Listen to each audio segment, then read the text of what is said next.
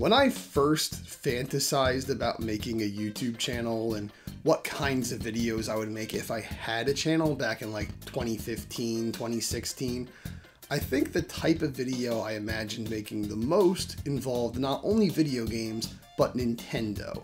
Like for most people, I think Nintendo has some of my favorite video game franchises and favorite games of all time. Sure, there's plenty of other games by other companies like Capcom and Konami that I love and hold near and dear to my heart, but Nintendo is just one that has a special place for me. So I want to do my top 10 favorite Nintendo video games of all time. Now this list is going to have certain rules because if it was just every video game I love by Nintendo ranked in order of the top 10, it would just be nothing but probably Mario and Zelda games. So I'm going to limit each franchise to one entry. In that entry, I can cram together, I'd say 1 to 3 games for that one spot, but I'm not going to take up multiple spots with multiple franchises. That being said though, certain ones are a little iffy. Like Mario. Mario started out as the protagonist in Donkey Kong. The titular character in Donkey Kong was the only consistent character in all 3 entries of the series. I count Donkey Kong Country as a separate franchise from Mario. So what is the original Donkey Kong considered? And that being said, is Mario a spin-off of Donkey Kong or is Donkey Kong a spin-off of Mario?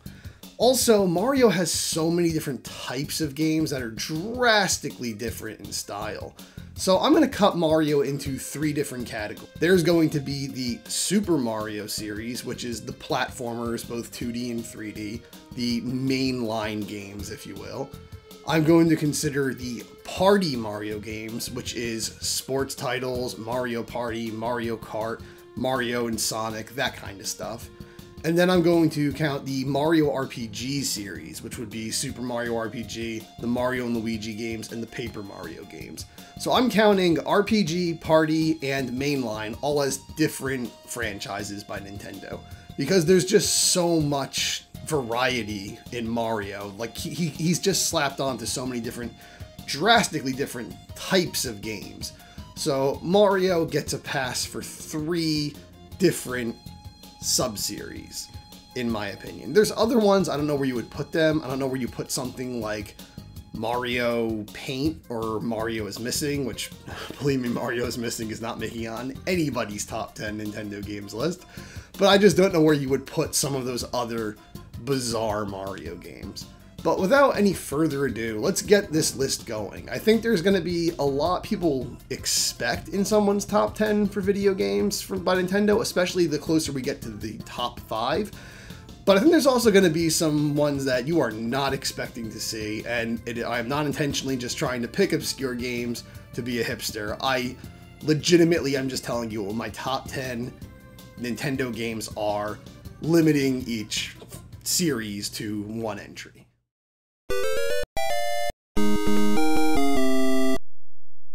My number 10 would probably not make most people's top 10 lists, if anybody else's, but my number 10 is Uniracers for the Super Nintendo Entertainment System.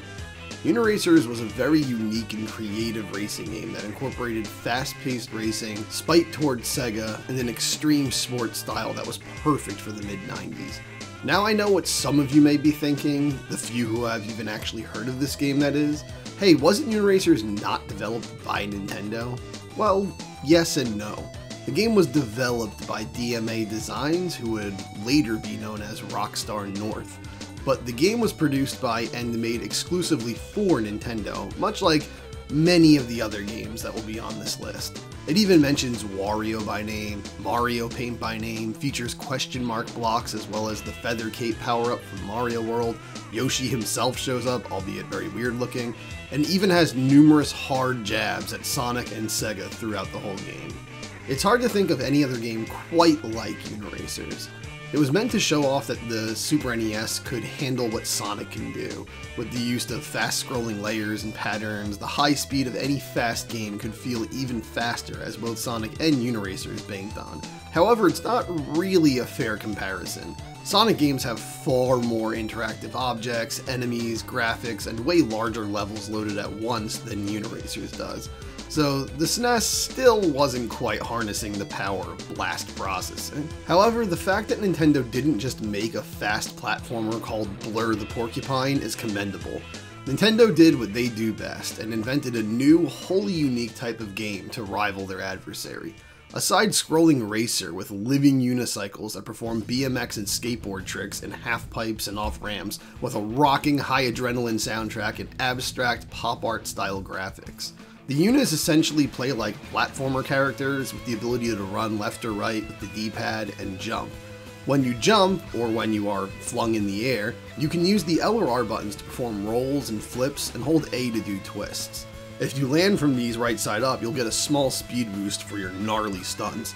You can also use left and right of the D-pad quickly in repetition to perform twists, making it possible to perform roll twists to add double the stunt power. And there are even designated stunt tracks where, rather than racing a foe, you are just performing as many unique stunts as possible in the time limit to boost your total stunt score.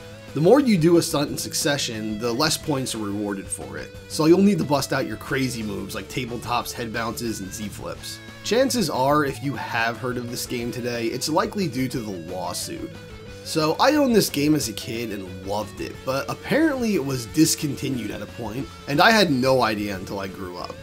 This is supposedly due to Pixar suing them over using a CG unicycle, an inanimate object that existed over 100 years before this, just because Pixar made a CG animated short film involving one. The silly part of all of this is somehow Pixar won. To think of all the copyright infringement cases content creators have lost over the years because IP protection is barely existent unless you're a monster-sized corporation, it's insane to think this somehow passed. Sure, they looked sort of similar, but that's because that's what unicycles look like. That would be like WB suing Disney for making The Brave Little Toaster because an animated toaster showed up in an old Porky Pig cartoon, and winning it. It makes no sense to me at all. It seems this controversy is the only thing anybody has to say about this radical game these days, so I figured it was time to shine some light on how cool it actually was as a game. Nintendo has had a lot of great racing games, and I could have put an F-Zero game here instead. I think F-Zero X on N64 is cool and fun as hell, but it's not a game I grew up with or owned, so I only played it when I was older, for short periods of time even at that. It's not a game I ever was able to get deeply close with, despite really liking it. And although I did own and love the original F-Zero on Super Nintendo, I can't give it a spot on here simply due to the fact that it is a racing game that has no two-player mode. As good as a racing game may be, if you can only play CPU opponents, it gets boring fast. The last thing I want to touch on that is fantastic about Uniracers and surprising for such an old game is the record keeping is phenomenal. You can put in so many different player names, all just corresponding to different colored unicycles, and it keeps track of all your scores, player scores, track high records, and everything, even league scores if you make teams. It's so impressive for the Super Nintendo. This game doesn't get talked about a lot, but definitely if you get the chance to, go play it. It's a ton of fun.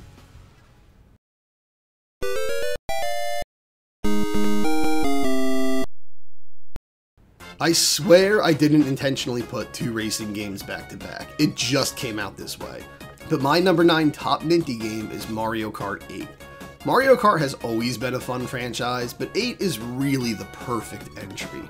As much fun as I had with the SNES original, the game is admittedly kind of impossible to go back to and enjoy much these days. The control is awkward, the drifting is awkward, the graphics are pretty ugly and everyone looks like a dead stuffed teddy bear. I will always love my memories of it and respect it for how much it inspired and innovated, but if I'm going to play a racing game on the SNES that isn't Uniracers, it's going to be F-Zero or the nostalgic but greatly flawed stunt race effects over the OG Mario Kart. Everyone seems to have their favorite entry from Mario Kart from whenever they were kids or were most into the series, and I agree that most of them are good, but 8 just really makes all the old ones not worth playing in my eyes. It's like when a sports game updates all the rosters and improves all quality of life aspects.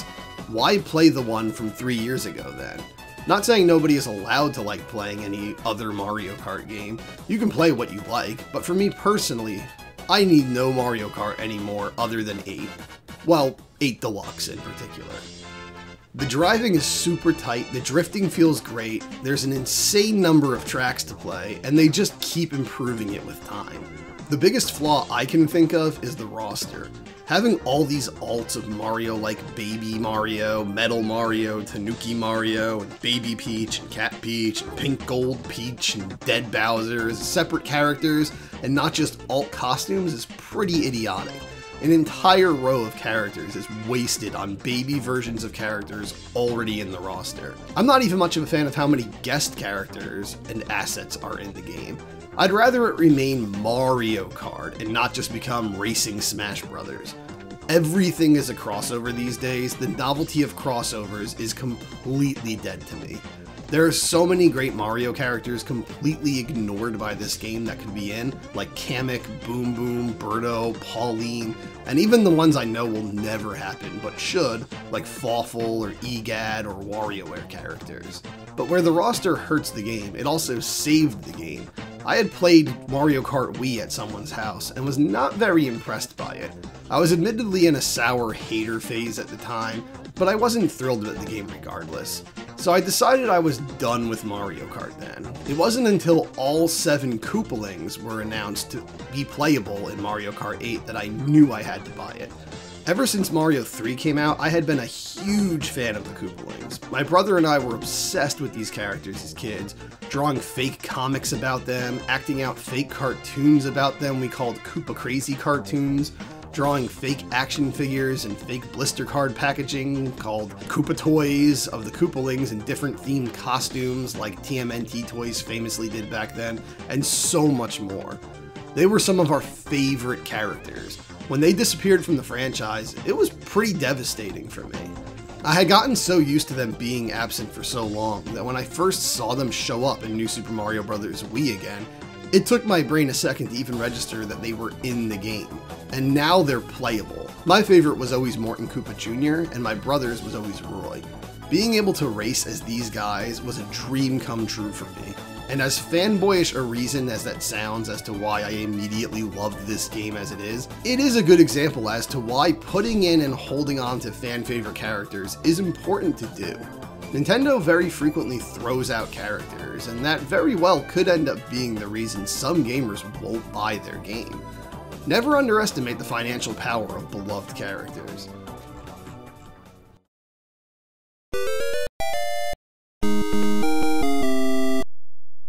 As stated at the beginning of this video, each entry can contain up to 3 games to avoid wasting spaces with the same franchise. So my number 8 game will be 2 games, Mike Tyson's Punch-Out on NES and the simply titled Punch-Out on the Wii. There's plenty of games in the Punch-Out series, but these 2 just stand out as the best to me. Nothing against Super Punch-Out on Super NES or the arcade original, but those games have always just felt clunky and slow to me. Not saying Super Punch-Out is bad, because it isn't, but I do find that to be a common flaw in bad Super Nintendo games. They often have massive and stiff sprites that fill too much of the screen to play properly, and usually move really choppy and awkwardly. Even when NES games are bad, the smaller sprite size and more simplistic controls usually make for a more manageable and enjoyably bad experience for me, rather than a frustrating and unappealing feel of the bad Super Nintendo games. But we're not talking about bad games right now, we're talking about masterpieces. These games show the true beauty and simplicity. It's hard to get more basic than Punch-Out, yet somehow it offers loads of strategy, timing, and replay value. I've admittedly never even come close to beating the original NES Punch-Out, screw you Soda Popinski, but I've always had a ton of fun playing it. The controls are just so fast, snappy, and responsive, and the gameplay is so addictive.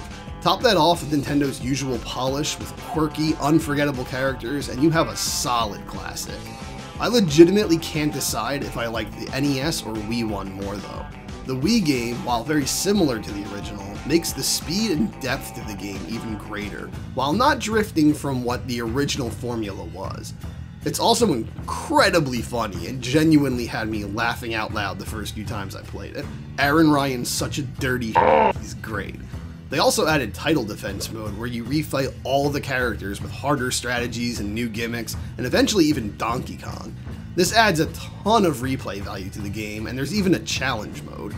They really captured the simplistic perfection of the original, but plussed it and expanded it for those who want even more. But the NES one did it 25 years earlier and extremely well, so again, I truly can't decide which one I prefer.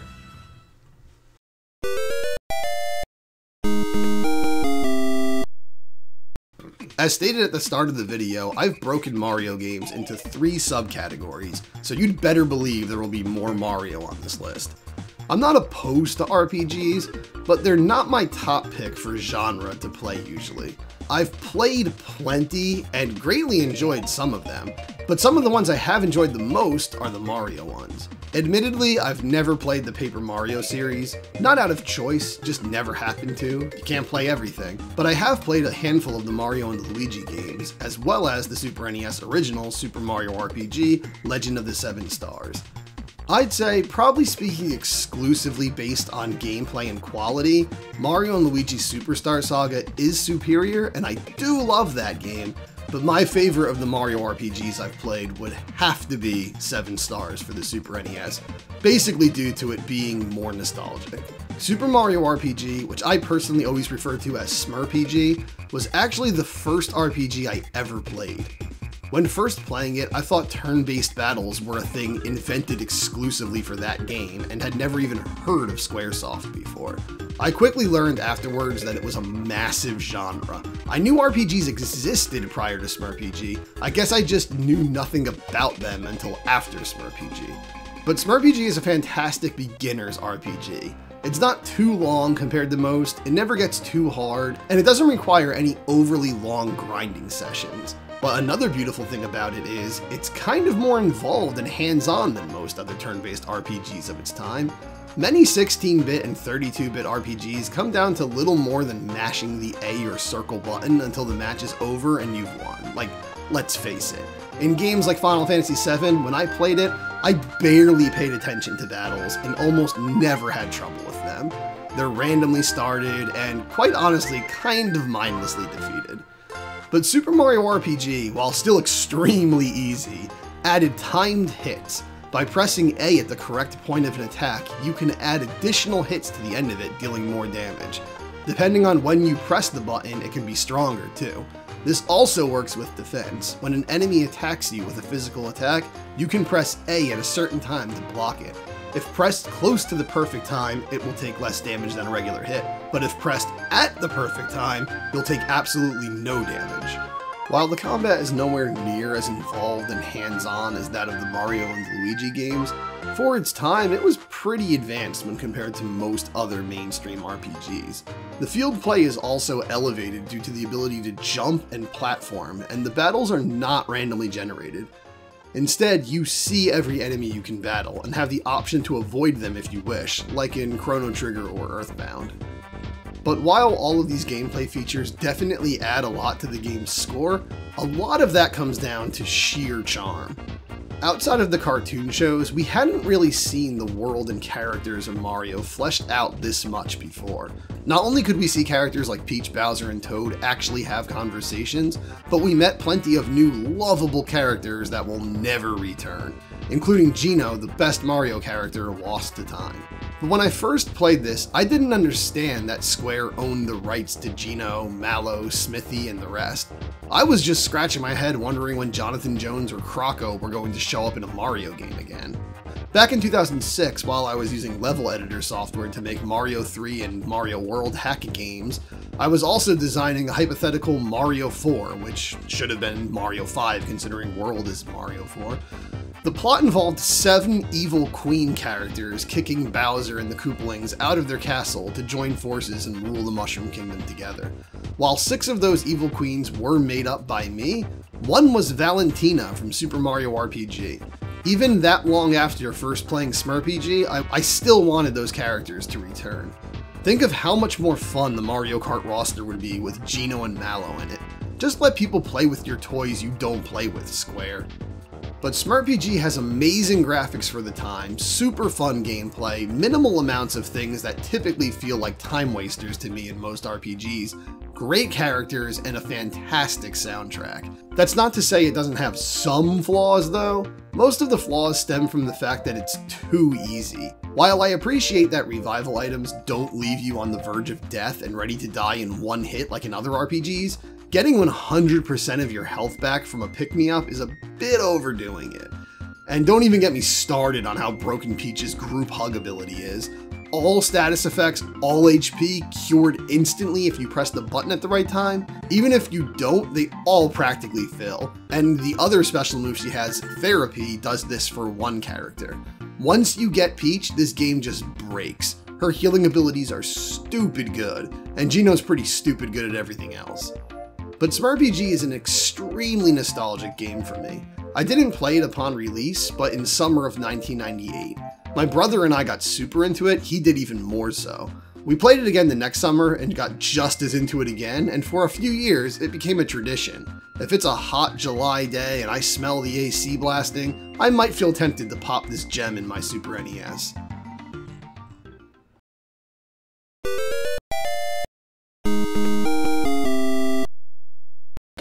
It took me a while to get into Wario's games. When he first came out, I didn't get the point, and I think despite people enjoying his earlier titles, Nintendo was struggling to find that perfect identity for his games as well. That was until the Game Boy Advance came out.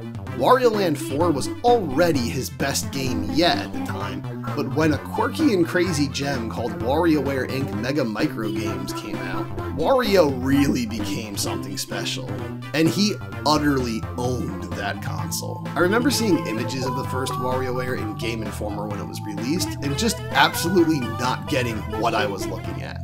But despite the fact that I didn't know what I was looking at, the imagery of shaking paws with a real collie, or a buff Mario facing off against a blue and gray Bowser, as well as the designs of characters like Mona and Dribble just stuck with me for years. It wasn't until 2010, after I had just gotten Super Smash Bros. Brawl, that I started to gain interest in Wario. I got WarioWare Inc. Mega Micro Games for the Game Boy Advance that August and fell in love with it. The crazy, senseless plot lines, the unique and wild cast of characters, the fun and addictive style of fast-paced gameplay reminiscent of classic 80s arcades but in a constant lightning round, the absolutely hilarious sense of humor, and the all-around just extreme creativity of the game floored me. It's not every day you get a game that has to create a genre because it fits into none established thus far, especially that late in the history of gaming. The bulk of the WarioWare series is pretty good, but I just feel they've never recaptured the raw charm of the original 2003 game. When I heard the behind-the-scenes story of the game, it made perfect sense. The first WarioWare's development was a freaking party. The team was just goofing around and having so much fun making it. It was apparently contagious fun, and all other Nintendo employees in the HQ were getting into it and wanting to check it out on their breaks, many even stopping in just to make their own microgame or photograph themselves to be sprites in it. Simply put, everyone was having a blast while this game was being made, and I feel that shows in the final product. You can feel the fun. When you play WarioWare Inc. and you're laughing and having a great time, you're basically traveling back in time and joining the party the devs had making it. It's also probably the closest playing a retro pixel art game came to feeling like watching cartoons. All the characters' absurd cutscenes really feel like a crazy cartoon show.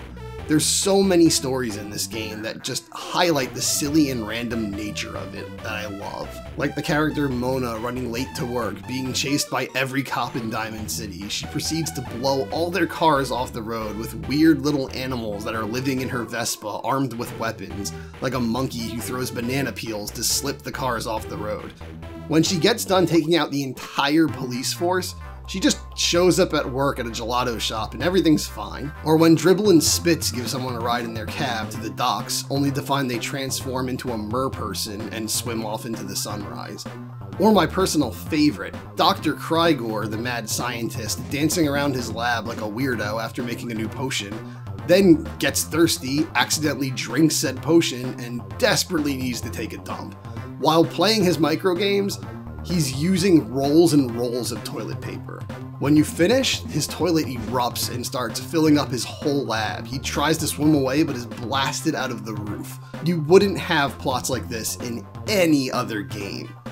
There's even like weird little attention to detail continuity, like at the beginning of Mona's story, her boss, Joe, walks by making a bird fly away, and that same bird then shows up later in Dr. Krygor's story and catches him when he goes flying out of the laboratory. And you see Orbulon's ship flying around the city well before you ever even meet the character Orbulon.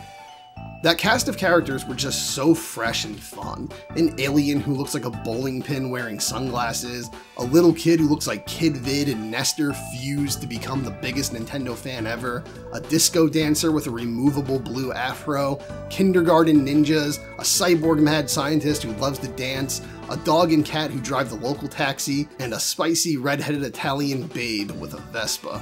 They were just the perfect blend of nonsense and insanity. Over the course of the series, most of the zaniest characters like Orbulon and Krygor would be pushed sort of to the background for more cute little anime human characters like Ashley and the pointless planks of wood Penny and Young Cricket. They even added a character in WarioWare Gold, which I've never played admittedly, who's just a little girl and nothing else. Like, why? Even 9Volt's mom, who was just a background character in earlier games, was pushed to the front as a main character in Game & Wario. Wow, what a great character in your roster of wacky weirdos, a regular suburban mom who still looks like a background NPC. The roster is mostly just chibi anime people now, and the art style has become inexcusably hideous in my opinion. Everyone looks like they were drawn with the medium brush tool and MS Paint in Windows 95 in under 10 minutes now.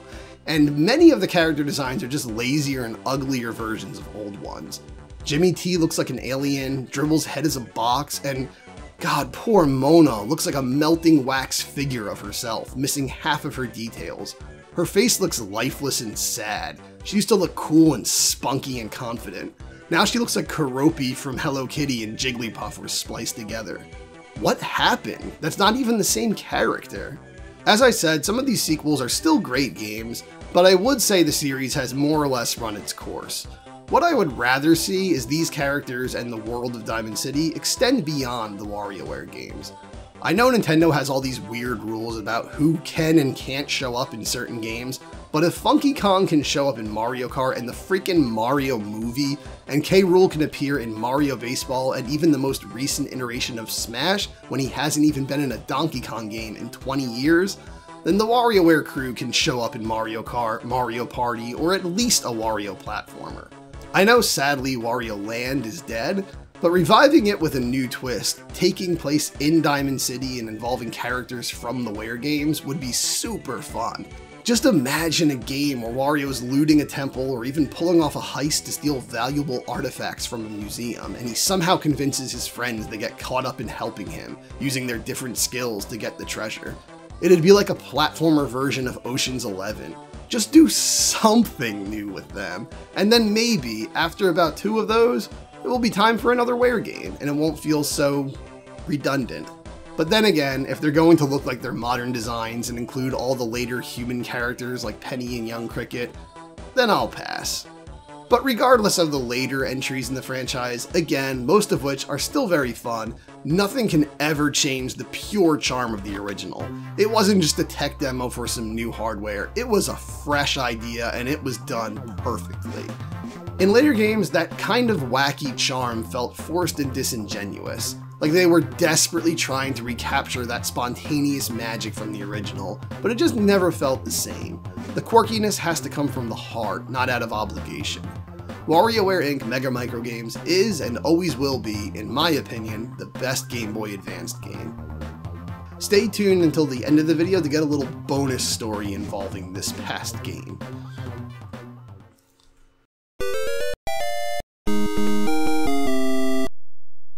Looky here, it's a YouTube channel talking about how much ass Super Metroid kicks. Didn't James Rolfe already say this over 15 years ago? Didn't Screw Attack say this in half of their top 10s back then? Yes, because it's true. It's Super f***ing Metroid. Super Metroid is an absolute masterpiece. Chilling atmosphere, fun gameplay, tight controls, eerie and moody killer soundtrack, fantastic graphics. It has it all. I'm not one of those who says the original NES Metroid is a bad game. I think it's very good. I've heard people, usually younger gamers than I, say the original is impossible to go back to, usually due to it not having a map or the fact the shot is limited at the start of the game. It doesn't travel across the entire screen. And while I think not playing a game because your bullets don't go across the whole screen at the very beginning of the game is silly, especially considering you can get the proper gun in a matter of minutes, and this is usually coming from gamers who are fine with playing games with half-hour intros before even getting to play the game, I can admittedly definitely see how it would be hard to get into it if you played Super Metroid first. It really did improve everything about the franchise. It was the greatest Metroid game ever at that time, and it remains the greatest today. I know a lot of people love the Prime games, but I couldn't get into them. I don't like FPS games, or even third-person shooter games, usually for that matter. I never have. I won't say they're bad games, because it would be foolish to call a genre I know nothing about and have little concept of bad. I just say I can't rate them. I don't like them, yes, but I know plenty of them are good games, they're just not for me. But what is for me is Super Metroid. It's hard for me to articulate exactly why this game works so much better than all the other Metroid games, but it just does. Even Metroid Fusion, which was damn good, kind of just felt like an elaborate hack of Super Metroid to me. Great game, but it is 100% standing on the shoulders of Super Metroid, and feels like an add-on to it that never would exist without it. And Zero Mission just felt redundant. Super Metroid isn't just the best Metroid game, I feel, it's also the best Metroidvania ever. Most people credit Super Metroid and Castlevania Symphony of the Night as being the reasons for the genre of Metroidvania, but that isn't entirely true. These sorts of open-world 2D platformers existed prior to both, even within both of these franchises, with the NES original Metroid and Simon's Quest. And there were plenty of other unsung ones from back then, like Goonies too. But that's the power of Super Metroid. It may not have created the subgenre, but it inspired most of it. It was just that good. I do think there came a point where a bit too many indie games were Metroidvanias, seeming more so out of convenience rather than vision more often than not. They seemed more like they made them Metroidvanias so that you would be forced to run back and forth, replaying large areas of the game multiple times as to avoid having to make more of the game, while still giving you the feeling that you're doing a lot. But Super Metroid really never feels that way. Anytime you do return to a previous area with a new power-up, it leads to a whole new area to explore with more hazards and challenges. Every inch of this game is packed with gameplay. The game also doesn't shy away from difficulty. It's not exactly one of the hardest games ever, but for Nintendo, it kicks you around a good deal. Some areas require the player to perfect a certain maneuver, and some of the boss fights can be relentless. Ridley absolutely refuses to die for as long as he can. The boss fights in general are worth mentioning. Most of the game is moody and eerie, but when you enter an area and hear that suspenseful music start, you know some massive monster is about to show up and scare the crap out of you. I played this game later than most others, around the time I was 20, but I imagine had I played or seen this game in action when I was little, monstrosities like Phantoon and Dragon would have creeped me out big time. It's funny I never did play this game as a kid, because we always had the first Metroid on NES. My brother had gotten it for his birthday one year, and it was actually the first game we owned after the initial games that came with the console. We always considered Metroid a good game, and I always saw the cover of Samus fighting Ridley everywhere in the 90s, so it was definitely weird that we never at least rented Super Metroid in the 90s. I know for sure if we had, we would have gotten super into it.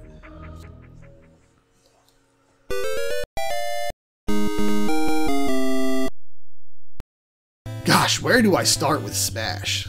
Well, I started with Melee myself. I had played the N64 original briefly in Electronics Boutique, yeah, I remember when those used to exist, but I didn't own an N64 when it was current, so I never really got to play much of it when it was current. But for Christmas 2001, I got a GameCube with 3 games, and one of those happened to be Super Smash Bros. Melee.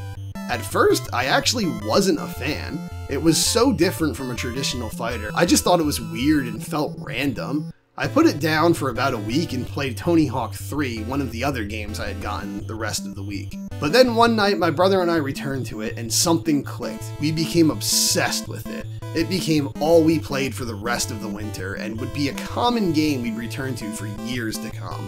Anytime in later years that we would return to Melee, we would get super into it again. Around December of 2009, I bought a Wii and a copy of Super Smash Bros. Brawl off of eBay, and that changed everything again. We got unreasonably obsessed with this game. I know many regard Brawl as the worst in the series, which I don't agree with at all, but Brawl was a massive deal for me. It had some flaws, but so does every Smash game. Any flaws it might have had couldn't have hurt the joy of finally playing a new Smash game, and one that was so much bigger and flashier. We almost did nothing for a year or two but play this game. In retrospect, it was pretty bad for us. But in other aspects, it was good. It got me to stop hanging around with these friends I had at the time that I wasn't crazy about and was previously wasting a lot of time around. And it helped me get over my miserable hater phase. From about 2006 to 2010, I was a massive hater. I said I hated anything I wasn't familiar with and gave nothing a chance. I said I hated almost everything I ever loved. It still lasted a few years after this in a weakening state. My hater phase was long, and Brawl really helped me get over that. That's because despite going into the game saying that series like Wario, Kirby, and others that were never a big part of my life prior were garbage, within almost no time after playing it, I was starting to like those characters, and it made me curious about what I had missed. I hadn't played most games on N64, Game Boy Advance, GameCube, and DS at that point. I just sort of skipped that entire era. But Brawl brought so many of those games to my attention, like the Mario and Luigi games, among others. And after trying out all these games and finding out most of them were either pretty good or amazing, I got kind of sick of hating everything blindly and then having to eat my words when I find out it's good. So it taught me to be more outwardly positive towards media as a whole. But the Brawl obsession was huge. We were constantly playing it, making and playing in custom stages, trying to clear every challenge in the game, and so on. It was basically always on. I was even an admin in my friend's Brawl group on DeviantArt at the time. Eventually, I began going to tournaments like Apex to sell Nintendo and gaming-themed fan art at Artist's Alley. This game made me aware there even was a massive competitive scene for Smash. The funny thing is, it wasn't that big yet. I remember we went to a tournament nearby in a game store called Play and Trade. We went in like arrogant pricks thinking we had to be the best and would sweep the whole place. Little did we know at the time, all the players there were the best in the world. My match was up first, and I was against a player named Ally. I was able to get a stock simply from the sheer shock he was experiencing from how bad I was when he was clearly expecting me to be better. But once I got that first stock, he realized I was an absolute noob and just destroyed my Falco. We left that tourney embarrassed and ashamed, but that led to me selling artwork at future tournaments. I sold at Apex 3 years in a row, as well as other cons. Again, all originally because of Brawl. Later on, my brother got very serious about getting good at Smash, and at that time I was starting to lose interest.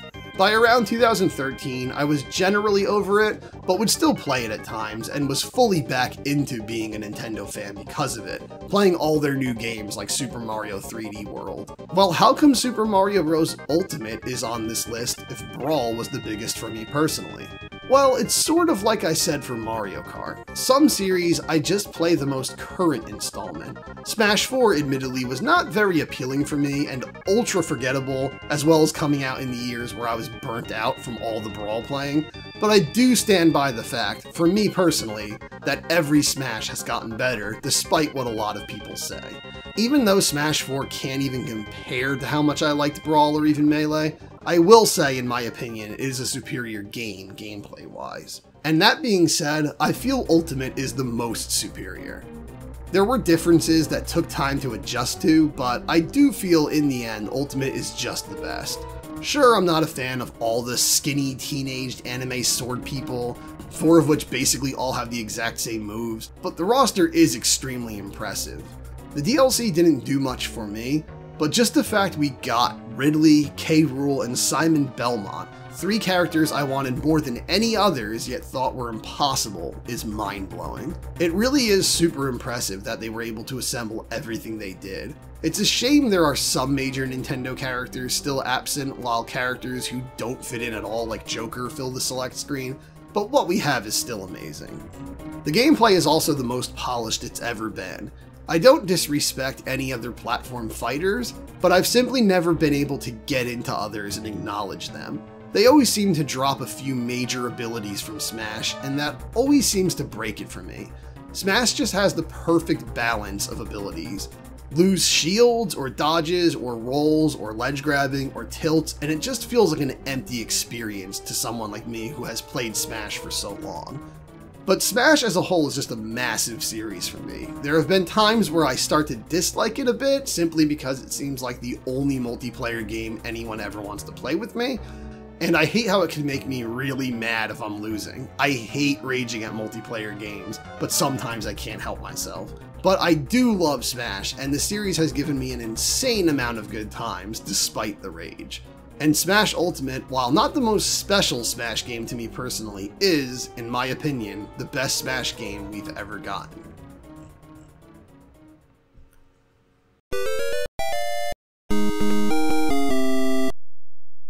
When I think back to the fall and winter of 1994 and 1995, no 2 games stand out more than Earthworm Jim and Donkey Kong Country.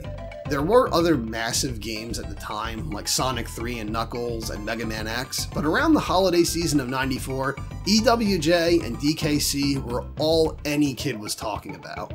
They were the must-have games. And while both are great, only one is by Nintendo, so that should tell you which one we're talking about here.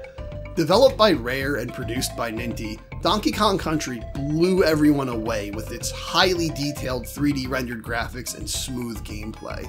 It was the new Nintendo platform hero in the years after Mario World. It's not easy to set out on your own platformer series when you're a Mario associated character. In the mid-90s, DK, Wario, and Yoshi all attempted this, but Donk definitely had the best go at it. Not to crap on the others, but even Yoshi's Island, a game that I loved the first time I played it, has greatly lost appeal for me on every revisit over the course of my life. The game is so overblown with collectibles, levels are slow and sluggish due to the collectibles, and outside of collecting the collectibles, the gameplay isn't very fulfilling. Great looking, sounding, and feeling game, but Yoshi's Island just feels more like boring homework than playing a game, and I haven't revisited it in years due to that. I've, in general, never liked collectathon games at all. I prefer challenging obstacles and more platforming and action to just searching for hidden crap. And although Rare would become the kings of everything I don't care for about collectathons on the N64, in the first 2 DKC games, they keep it to a reasonable minimum. DKC 1 only requires you to find the hidden bonus rooms. No completion of said rooms is even mandatory. It was enough to add an interesting edge to the game on top of just completing it. DKC 2 upped the ante a bit by requiring completion of those bonus rooms to receive a token, as well as finding one massive hidden DK coin in each level. It's a bit tedious at times, especially when they try cheap shit, like at the end of Web Woods, with a split-second chance to get the DK coin, failing so resulting in having to replay one of the longest and boringest stages in the game. But overall, it's still a satisfying experience. But by the time we got to DKC 3 on Super Nintendo, where you must complete all bonus rooms, find all DK coins, which now involve finding a keg and a way to knock out the same coin enemy in each stage to collect it, collecting bear coins so you can collect key items that you have to give to bears so you can collect a bunch of banana birds, it just sucks. It also doesn't help that, from pretty much the start of the game, you're playing some of the longest and slowest stages in the whole series. The game just feels long and boring, and again, feels like homework. It's still a technically good game, and it looks more impressive than any other SNES game, as well as most games on consoles for the next decade. But when stacked up against the first 2 DKC outings, 3 just doesn't cut the mustard for me. But the first 2 are undeniable classics, so I'm selecting both for this entry.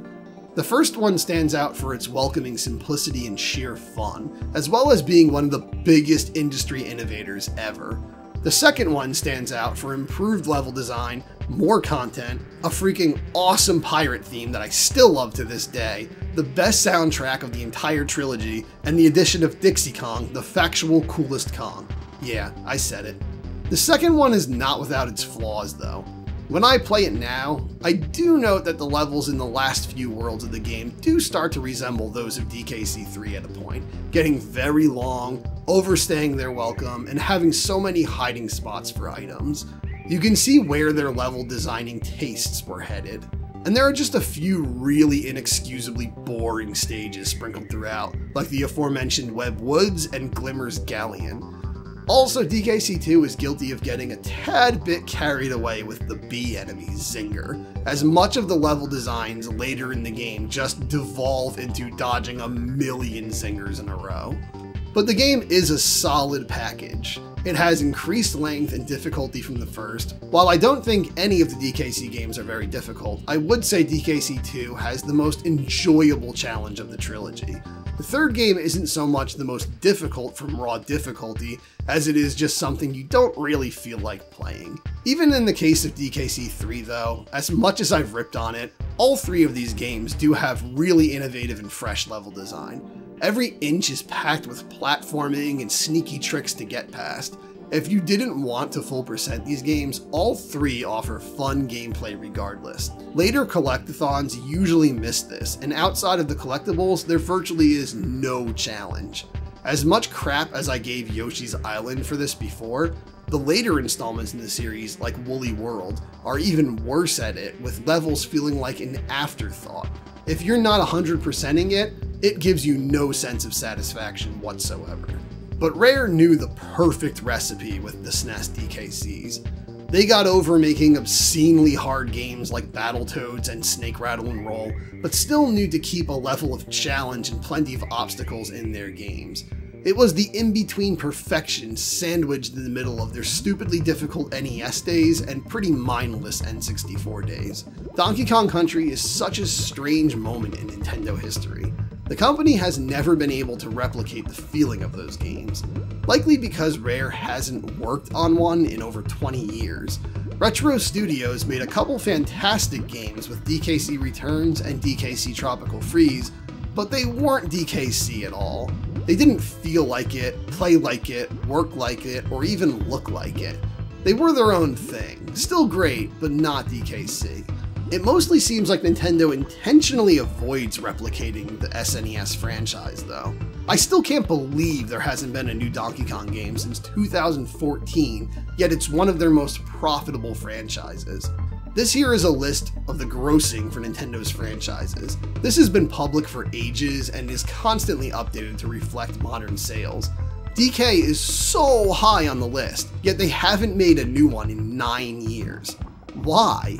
Not to get too off topic, but look at how low Fire Emblem is. Splatoon was already ahead of it with only 2 games about 4 years ago, while Fire Emblem dates back to the 80s with constant new games. I will never understand why Fire Emblem gets so much promotion, titles, priority, and Smash Bros slots, while more successful franchises like Wario and Donkey Kong get nothing. But anyway, yeah, it seems like Nintendo hates DKC as a series. They're okay with Donk and the Kongs existing in Mario games, and even the movie, but when it comes to the series Rare started all those years back, they still seem salty about owning it. Miyamoto didn't exactly hide his revulsion toward the game back when it was new.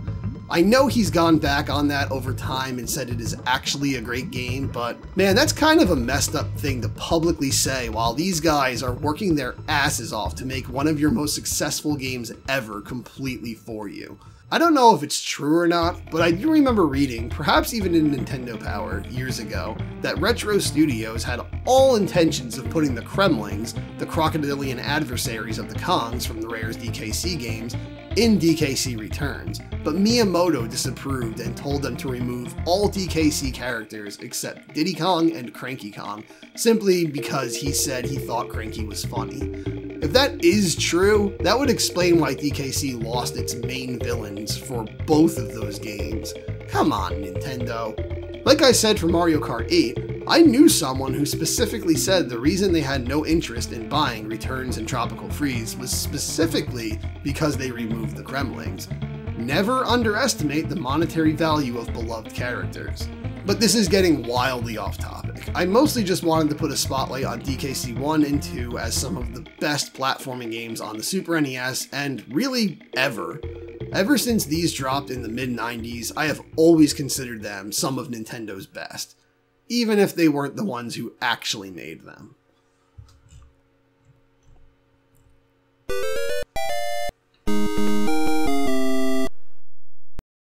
How could there not be a Legend of Zelda game on this list? It's one of my favorite multimedia franchises, but funny enough, I didn't own it as a kid. When I was very young, my brother borrowed Zelda 1 and Zelda 2 from a friend for about a week, and he played them a lot in that time, but I mostly just watched. It would be years later before I even saw a Zelda game in action again. I was always aware of Zelda, I saw the cartoon show sometimes, and I recall my dad buying us a couple of Zelda coloring books in Ocean City, Maryland on vacation as a child once, but Zelda just wasn't in the forefront of my gaming world. That's just how it was back then. You only really played the few games you happened to receive for Christmas or birthdays. I never would have been a huge Zelda fan if not for my friend Kenny. We met in 2001 and have been best friends ever since. And when we first met, he loved the N64 Zelda titles. Ironically, he's never been much of a game player, but he had his few series that he loved. Genesis Sonic games, N64 Zelda games, and most of all, StarCraft. But he was so into the N64 titles, I just saw the posters for them all over his room, I saw the character artwork on his computer, I saw him play the games sometimes, and most of all, I heard the soundtracks a lot. The whole world and style of these games was becoming synonymous with us hanging out and his house and all the good times we had there, so I was already taking a rather big liking to it. At one point around 2004 or 2005, we decided to swap series to better get into the things the other was into. In this swap, he played the 3 Super NES Mega Man X games, and I played Ocarina of Time. I definitely liked it from the start, but the love for it was gradual. Over the course of the game, I was liking it more and more. It definitely helped that I was playing it with a friend who already loved it too. There was undeniably something special about the game. Certain moments just instantly got carved into my mind permanently, like the twisted hallway in the Forest Temple, escaping the Gerudo prison, and the first time seeing super creative monster designs like Bongo Bongo or the Dead Hand. At some point during my first playthrough, which took a long time as I could only play it when I was at Kenny's house and only when we weren't doing anything else, he met a friend named Song who was super obsessed with Zelda as well. It was pretty cool to already have a group of friends to nerd off about Zelda with as I was just getting into it. But then a couple years went by without playing it. In summer 2007, I suddenly started getting ultra nostalgic for the game. I remembered not only how much I loved it, but started feeling an even stronger love for it than before. I bought the GameCube port and played the hell out of it all summer, 100%ing the game for the first time. After this playthrough, it was official. I loved Zelda. For years to follow, I revisited it and got into all the older and later Zelda titles as well. Fast forward to about 2012 and I had played them all, multiple times, and it was one of my absolute favorite gaming series ever, if not my #1. I know it's trendy to say Ocarina isn't the best these days, that's considered being a frontrunner or something, even though it's really just because younger generations who started with GameCube or Wii have grown up and don't cherish it the way older generations do naturally. And a lot of people in older generations are likely just agreeing with younger generations to stay hip and with it. Regardless, it doesn't matter. Zelda is an incredible series, and most games are worthy of being someone's favorite. But for me, there's no topping Ocarina. The world is just so cozy and inviting, while also being creepy and intimidating at times. The music is iconic, and many later games, like Twilight Princess, almost entirely copy the soundtrack.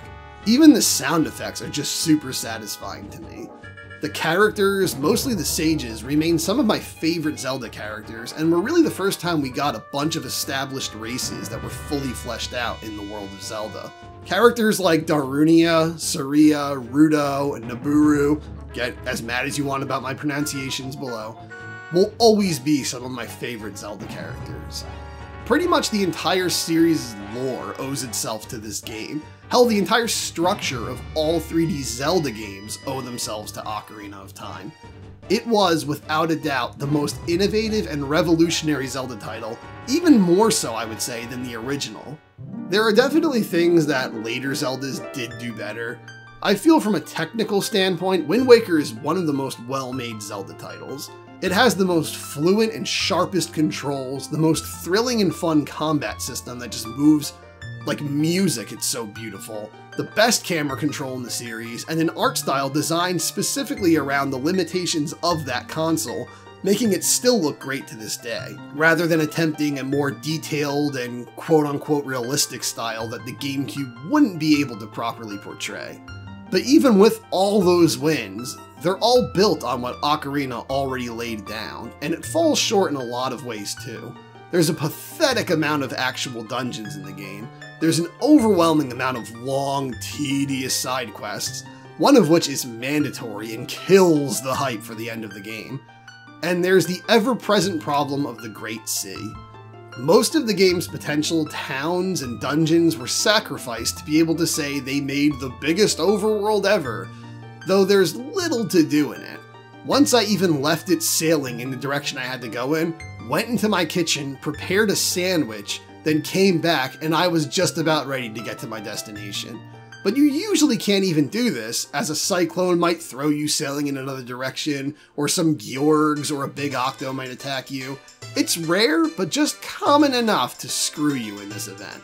Now, Wind Waker is a fantastic game, and one of my favorite Zeldas, so my going on about it was only to show just how much more I love Ocarina than my other favorites, and to highlight how most of what the later ones did well was just slight tweaking and improving things that Ocarina had to make from the ground up, and did almost perfectly for the first time around.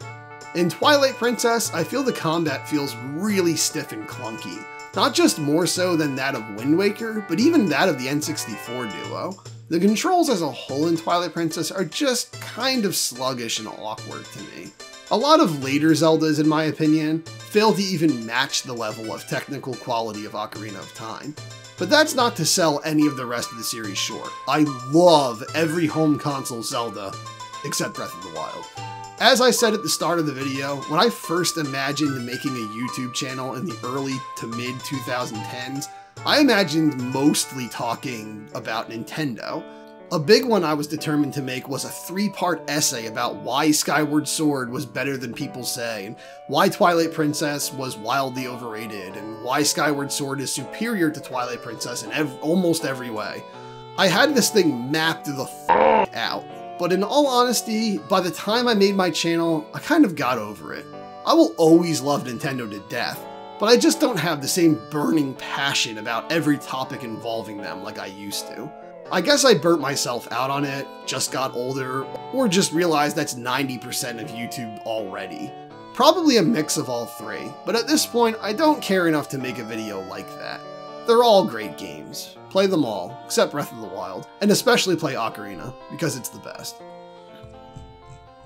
So before we move on to the #1 spot, my absolute favorite Nintendo game of all time, which, gee, I wonder what it's gonna be, let's go over some honorable mentions that didn't make the list. As I said when talking about Uniracers, I debated putting F-Zero on the list. The only reason I didn't is because F-Zero X on N64 is an amazing game. It's just a ton of fun.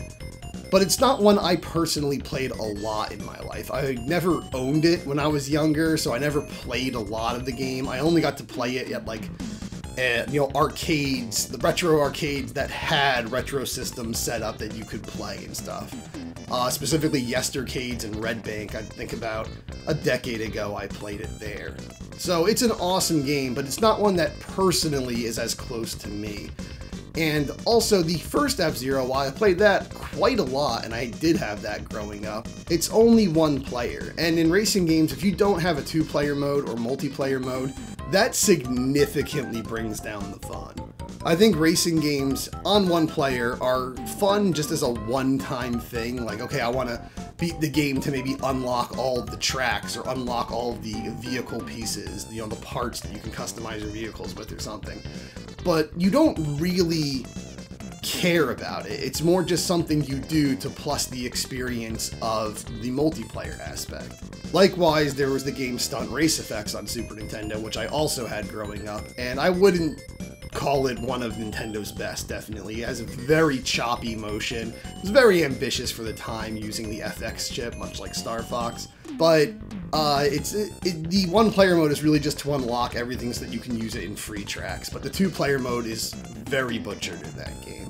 A lot of people would probably put on games like Star Fox and Kirby, and while I do love those games, they're not quite high enough on my list to make it to the top, and also those series are very mixed to me. I think both of those franchises, a lot of the games, well, there's not a lot of Star Fox games, period, but about half the games are good and half the games are, I either haven't played them or I don't think they're very good at all. I think that's true for both of those franchises.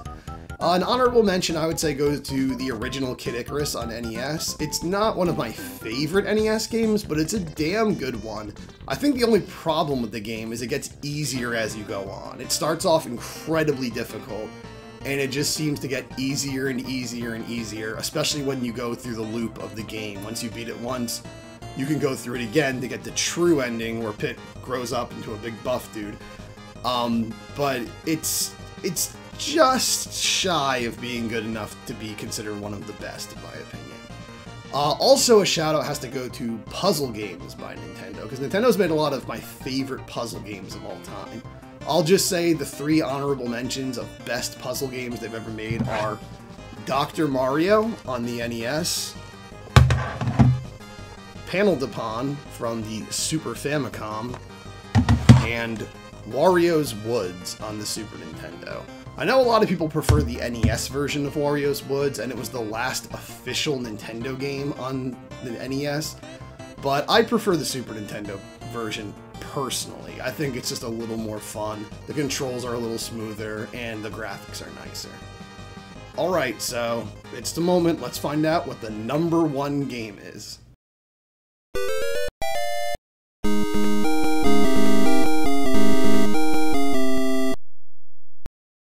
Yes, of course this was coming. A top 10 Nintendo games list without a Mario platformer would just be a desperate attempt at proving a point. In his nearly 40 years of platform games, there's at least one you love. I went with my up to 3 games rule to select the 3 I think best represent the outstanding quality and impact on the industry. The original NES Super Mario Bros., Super Mario Bros. 3, and Super Mario World on the Super NES. 2D Mario platformers are seriously the ultimate blueprint for every platformer. It's been said a million times before, but the original Mario Bros. Is debatably the most important game ever made. Yes, I know there were still games being made outside of the US during the game crash. Yes, I know there were still even games being made in the US during the game crash. And yes, I'm aware that if Nintendo hadn't made Mario and the NES and kickstarted the modern video game boom, another company likely would have made something to kickstart it later. But it still wouldn't have been the same. Who knows what games would even be like today with a different innovator to kick things off. But the most important thing about the original Super Mario Bros., to me at least, is that after all these decades, on top of it being historically important, it's still a ton of fun to play. Some people say they don't like it due to it being too simplistic, and that's fine. I can see where they're coming from, but for me, it's still an extremely fun and well-designed game. I even find new things when playing it all these years later. A friend of mine, Ben, and I used to just hang out and talk while playing Super Mario Bros. All the time around 2016 to 2019. We would mostly just be chatting, but we'd always play Mario 1 while doing it. And during these sessions, I learned from him that sometimes if you let a scale platform fall off the cliff for score, an invisible one can glitch into existence a screen over and bump you off a cliff during a jump. During these playthroughs, I even discovered a pipe I never knew you could go down, or at least forgot you could go down, in 4-2, and performed the negative warp zone for the first time in my life. At the time of recording this video, even just a week or two ago, I did the small fire Mario glitch for the first time in my life. I many times just have fun playing through it until I die once, seeing how far I can get without dying. Sometimes that even goes through multiple loops of the game. Or I just see how much score I can rack up or how quickly I can beat levels, and I do not speedrun games. This game is just fun and accessible enough where I find all of these things fun. It's short, sweet, not too hard, yet packed with content and nostalgia. It's the perfect retro game, and the first game I ever played in my life. I got it in the Duck Hunt Duo game pack back in 1989 with my NES. And even though that year mostly consisted of me watching my older siblings and my dad, who I wish continued playing games with me my whole childhood and might even still be playing them today, but unfortunately my mom told him not to, so he stopped right away after the first year, play Mario and discover new secrets. It took me weeks before I was able to even get past the first Goomba, being only 3 at the time, but it was immediately something special. The way it brought the whole family together was crazy. I recall a night when my dad came home from work telling us about a secret someone in his office told him about where you can get a crown next to your lives by continually jumping on a Koopa Troopa. We didn't know back then that just acquiring 10 or more lives would do that, but the fact that he and the other parents at work then were all into Mario and discussing it and other NES games together in great detail at work is mind-blowing to think back on. He then proceeded to test it out and was actually able to get it to work. We were all in awe. The game just felt full of infinite possibilities. Your imagination was the limit. My brother constantly told me lies that boys in his class told, like how it went up to World 100 where you fight a flying Bowser who throws sticks. I guess in this kid's mind, a hammer was strong, but if you got rid of the actual hammer and just kept the handle, somehow that's more formidable. Also, if he's flying, wouldn't that just make it easier to get to the axe and defeat him? There was just so much mystery and magic to the first Super Mario Bros. It would take a way longer, crazier, and content-packed game to top it, and we got that game. Super Mario Bros. 3 was the biggest thing when it came out. Everyone remembers the commercial where everyone is shouting Mario's name just to zoom out and show that half of the world's population stood together to form his face.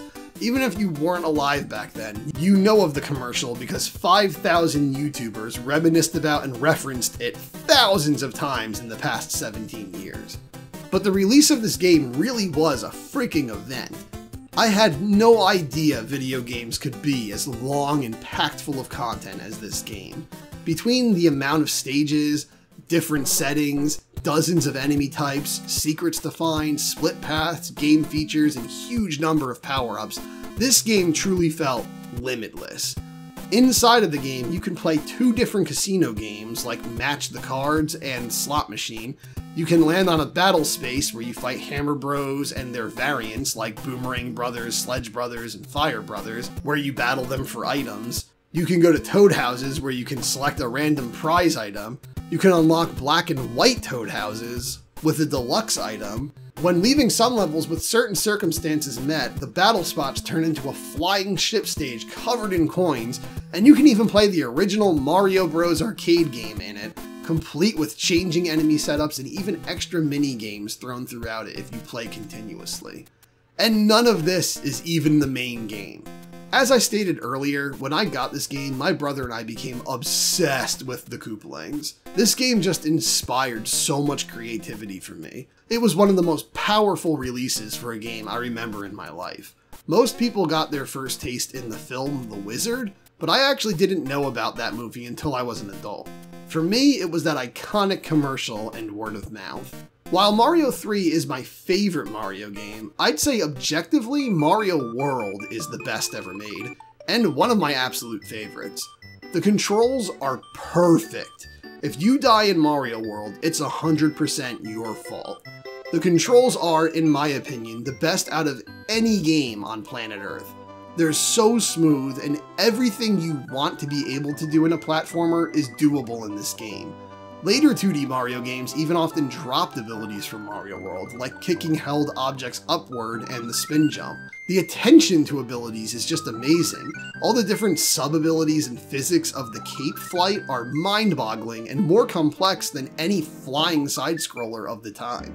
Even the simple fact that if you hold up on the D-pad while lashing out Yoshi's tongue, he lashes it out higher than normal, shows how much attention went into every detail of this game. While it doesn't have as much levels as the massive stage count of Mario 3, it still has many, and their length is doubled from Mario 3. With loads of alternate exits and secret levels to find too, there is endless content packed in. Again, I'd consider 3 my favorite due to the extreme nostalgia, but I am the most intimately familiar with Mario World. I wouldn't say I'm great at any game, but I understand all the physics and abilities in Mario World on a much deeper level than I do for any other game. Around 2005-2006, as I said before, I made a handful of Mario hacks. I have no actual hacking knowledge, but using apps like Lunar Magic and Mario 3 Improvement, I made a few original games. My proudest at the time was one I called Super Mario Bros in Brooklyn, where Bowser tries to take over Mario's hometown, and you have to play through the streets, rooftops, sewers, subways, harbors, city dump, and more to save the entire city. A few years after that, I made my proudest Mario game, Super Puzzle Brothers, all built on a series of puzzle rooms.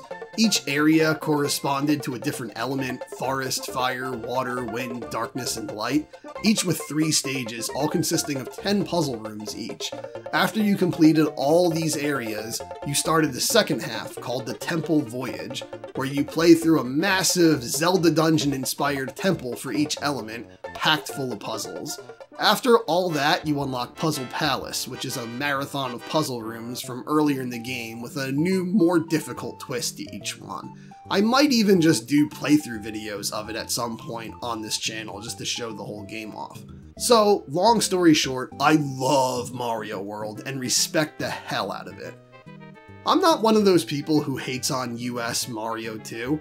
I think that's a fantastic game, but I just don't think it's quite on the level of the 3 I chose. However, I do think it is one of the best NES games, and definitely superior to the Japanese Mario 2. I legit think Mario would have faded away if that was our Mario 2. It feels like a hack of Mario 1 rather than a new game, and its unreasonable level layouts, obnoxious difficulty like warp zones that send you back to previous worlds, and the fact you have to do some dumb shit like beat the game 8 times in a row while standing on one hand doing push-ups during a lunar eclipse while sacrificing your sibling to the Dark Lord Pazuzu or whatever ridiculous shit they expect just to play some bonus stages at the end that aren't even that exciting, all just contribute to make it kind of a massive disappointment. It's a fun, cool game if you love Mario 1, and I do like it, but it is admittedly kind of a bad game. Definitely a bad sequel, at least. It's just a fun extra bit of content. Nintendo did right by renaming it The Lost Levels, because that's all it is, some extra Mario 1 levels for starved fans. And in the day where hacks are super common too, this game serves even less of a purpose. People have made better Mario hacks than this Mario hack that Nintendo made. But the Mario 2 game we got was a true classic, and despite all the hate that it and Zelda 2 get today for not being like everything else in their series, they were ultra beloved games back then. But the top 3 for me will always be Mario 1, Mario 3, and Mario World. There's no touching those. They made Mario. If I had to pick a next favorite, it'd be between Mario 2 and Mario 3D World for Wii U and Switch. But that's it. That's my list of my top 10 Nintendo games of all time. I hope you enjoyed listening to them. I hope maybe you got some interesting insight in them, maybe learned about some games you didn't know about, or maybe were just happy to hear I have the same opinions you do. If you want, feel free to let me know if you agree or disagree down in the comments, and any games you like that people don't really talk about. But before we go, as promised, I have a little bonus story involving WarioWare Inc. Because am I ever going to make another video where I talk about WarioWare Inc? Maybe not, so we might as well get everything off our chest here. So, when I think about what would be the the #1 arcade cabinet that I would want to own if I were to own arcade cabinets. There's always the discussion of classic 80s ones. I'd want Q*bert, I'd want Mario Brothers, I'd want Miss Pac-Man because I love Pac-Man, but Miss Pac-Man has those unique mazes, so Miss Pac-Man. Then when it comes to slightly more advanced arcades, of course I would want Teenage Mutant Ninja Turtles, the arcade game. Turtles in Time is great, but I would prefer the original. But then when it comes to the other one, if I was going to do a top 5, it's a much later game. And it would be the #1 arcade cabinet I would want, and that is WarioWare Inc. Mega Micro Games. Now I know what you're saying. Brendan, WarioWare Inc. was never an arcade game. Well, my friend, let's travel back to 2005, specifically late September, early October of 2005. I was in Chinatown, New York, with my friends Song and Kenny. We were in some kind of, I guess, convenience store. They probably just sold cigarettes, cigars, maybe alcohol, candy bars, fruit, that kind of stuff. Probably also like bootleg DVDs or something. And there was a little side part off to the left where there was another exit. There was another door there.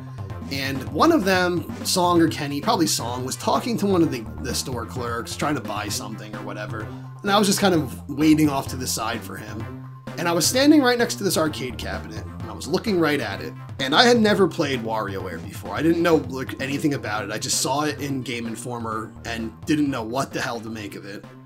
The only characters I had seen were Wario and Mona. I didn't even know Mona was like a proper character. I just thought she was part of one of the little micro games or something. So now here I was looking at this arcade cabinet, and the whole side panel, it looks professional as hell, is WarioWare Inc. It shows like basically the cover of the game with all the different colored segments with the characters standing there looking at you. And at that time I was working on all those Mario games I mentioned in this video.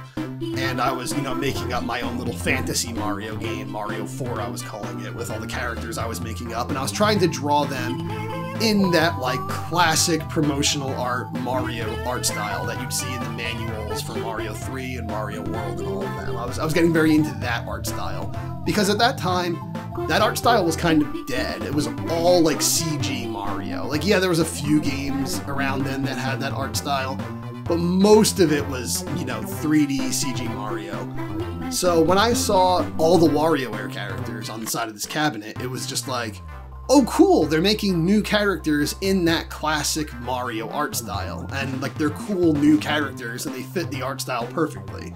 And I remember thinking they were actually cool character designs. I liked them. And anyway, so this whole cabinet was decked out for WarioWare. The top marquee had the WarioWare Inc. logo on it and everything. The only thing is the screen was off. So I don't know if it actually ran WarioWare. It would be very weird to have an arcade cabinet completely decked out for WarioWare if it didn't play WarioWare. So it could have been a custom WarioWare Inc. one that someone made. Some people do custom arcade cabinets that look professional as hell. And Chinatown is a pretty big place for bootleg stuff. Or maybe they were in limited existence in Japan and, this one was ported from Japan over to here. I don't know. The screen didn't turn on. Maybe it was WarioWare Inc. Mega Party Games, the GameCube version. Or maybe it just played like Pac-Man or something. I don't know, maybe it just had WarioWare art all over it and the title on top and didn't even play WarioWare. But the thing that's so weird is, this cabinet just fell off the face of the earth. On multiple occasions over the years, I have searched the internet for proof of the existence of this cabinet, and no one has any record of it. I understand it was probably a custom cabinet, so it wasn't something commercially released, but you'd think if it was sitting in that store for however long, then maybe ended up getting sold somewhere into another store or an arcade, or someone owned it or whatever, the person who made it maybe worked at the store and then took it home. You'd think at some point someone would have made some record of it, someone would have taken a picture of it and posted it online or whatever. But there's no record of this cabinet existing at all. I've searched WarioWare arcade cabinet, I've searched custom WarioWare arcade cabinet, I've searched WarioWare Chinatown, I've searched all this stuff, and no record of it exists. This was back in 2005, before the internet took this kind of stuff this seriously.